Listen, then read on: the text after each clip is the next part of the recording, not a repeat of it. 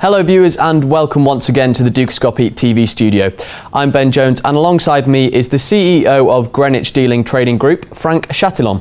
Frank, thank you very much for coming in today. Hi, nice to meet you. Good. Now if we can begin by talking very generally, to what extent did regulations shape your operations in the 2013 calendar year?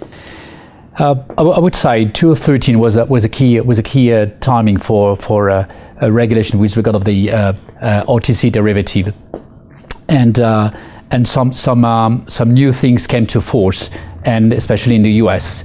And also we received some new documentation and some publications that have been issued by the International Bank of Settlement. So in the US, Dodd-Frank Act came into force with, I would say, 2 or 3 new things that happened for the buy side. First of all, the derivative reporting was set, the clearing and the execution changed hugely or significantly. It's important for the buy side to understand that even in 2013, when a US buy side firm could be buy side or could be sell side, they have to comply with the new Dodd-Frank Act regulation. And even for an EU, European entity, buy side entity, every time you used to trade with a US firm, could be a subsidiary in Europe or could be a branch, you have also on your side being based in EU to cope with the US regulation, which is a big change that happened last year.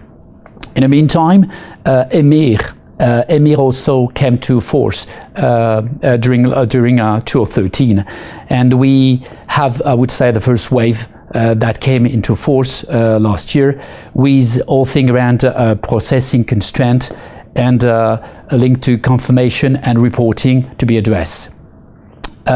Since March 2013, all equity swap, all FX derivative have to be report respecting a specific constraint.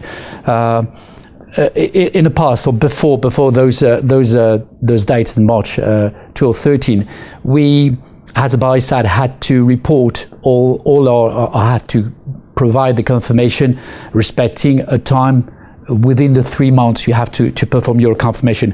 Now for financial institution and for the NFC entity, we have also to respect a very strict standard, and we have to cope with 3 days for financial counterparty and for 5 days for a non-financial counterparty, which is a tricky adaptation we have to make on our side.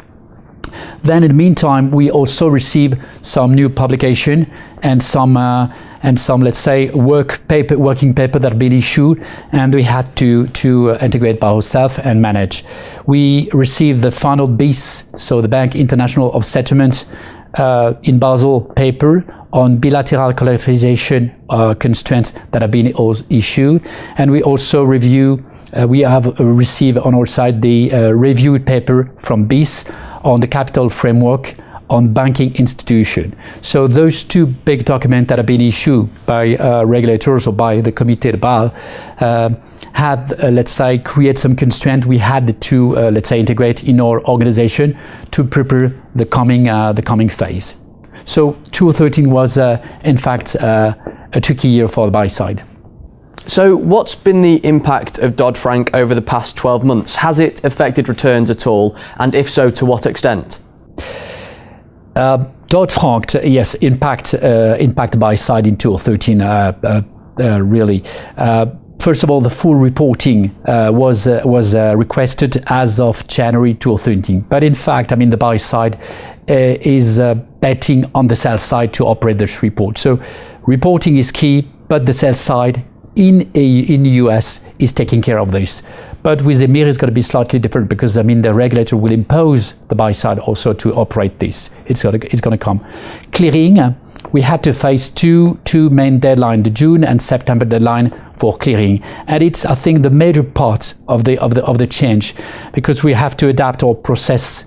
All liquidity consent, we have to cope with the collateral. The first collateral we post in order to securize the operation and the exposure we have. The pricing also changed. The pricing of swap, the pricing of CDS did change, and also the risk monitoring. We had to operate through clearer buy side had to appoint clearer in order to cope with the regulation, and we had to post collateral, we had to monitor limit in the system, and we had to operate let's say the review of the negotiation of those limits within the system. Those are I would say the biggest impact in 2013. I would also add that execution changed somewhat, even if it's got to be mandatory for buy side to execute through SAFE as of February next year. But we had also to adapt ourselves in order to prepare ourselves to be able to trade through those new process. In terms of returns, yes, I mean definitely it impacts the returns of the firm and on the buy side firm. First of all, it is a project. It is a huge project, and we had to cope with the cost attached to the project. We also had to adapt ourselves and adapt our organization, operation team to make sure they are, let's say, in line with what the regulation impose. And we can say that we have considered that the price did change. The fact that we have no longer we do no longer price the counterparty risk in the trade mean we can consider the price decrease, and we have let's say a better price and more transparency in price. On the contrary, we have to post collateral, and the collateral is a cost. So a better price, but a cost attached to collateral and a cost of the project. So globally, it's not easy to manage for the buy-side community.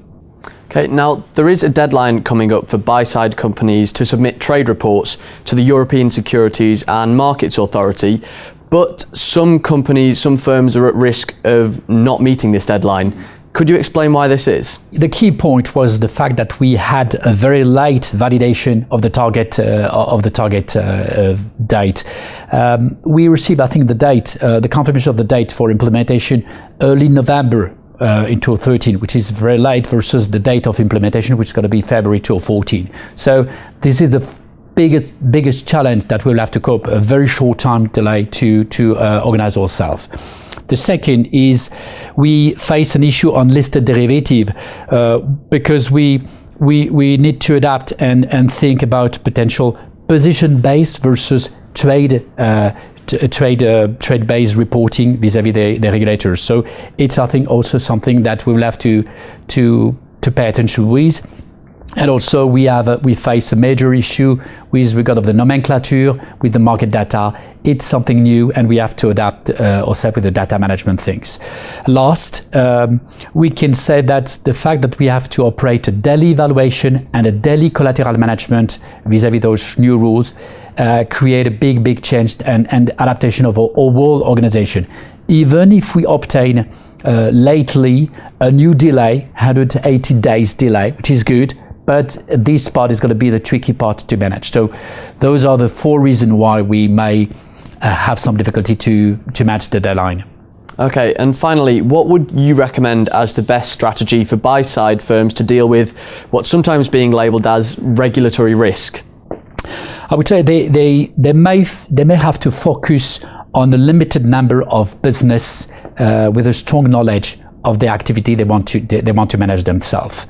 They need to make sure that they have the capability and the full knowledge of the product they want to manage in order to have a control, to implement the good control and the good understanding of what the regulators will require for each individual asset class they handle. The second is to have a strong compliance organization and with a full support of the management of the company, and also a capacity to manage implementation project properly. And the third would be to delegate the non-core function and to rely on specialized teams that have the expertise to manage specific functions. We need to make sure that the company itself will take care of the all thing around risk monitoring, because it's going to be core, but things around middle office, back office, and potentially dealing could be outsourced, or could be delegated to a key expertise outside the company. Okay, Frank, thank you very much for joining us today. Welcome. Thank you. And thank you viewers for watching. Make sure you stay tuned to Dukascopy TV for more updates and exclusive interviews. But for now, goodbye.